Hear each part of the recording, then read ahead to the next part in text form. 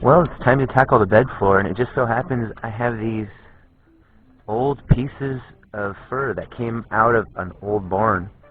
They were the roofing joists, and they're 22 feet long by 9 inches tall. The only problem is all the nails in the top side. When they took the metal off, they just pulled it up, and the nails stayed in the wood. So what I'm going to end up doing is just cutting 2.5 inches off on the nail side. I'll run it across the table saw, and that'll leave us with 6.5 inches to work with for our bed floor. So we can shiplap it, which should be more than enough.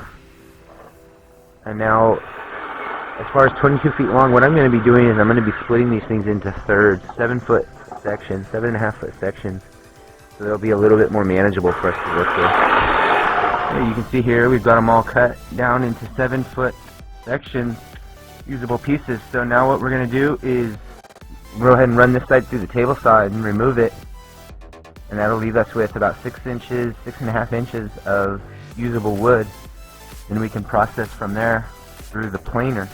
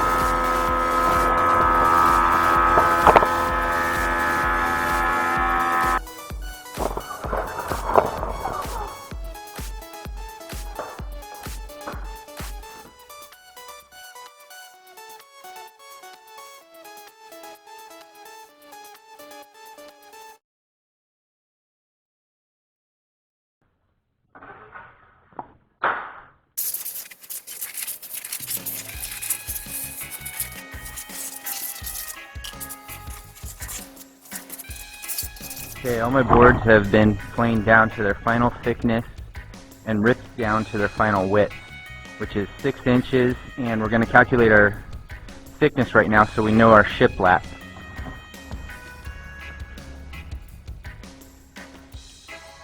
Okay, that's our final thickness, 7.295, 7.30. So our shiplap's going to have to be half of that. So the way a shiplap's going to work on this is if we're a 3/4 inch board, I want half of that to be notched out for my shiplap, which would be about 3/8.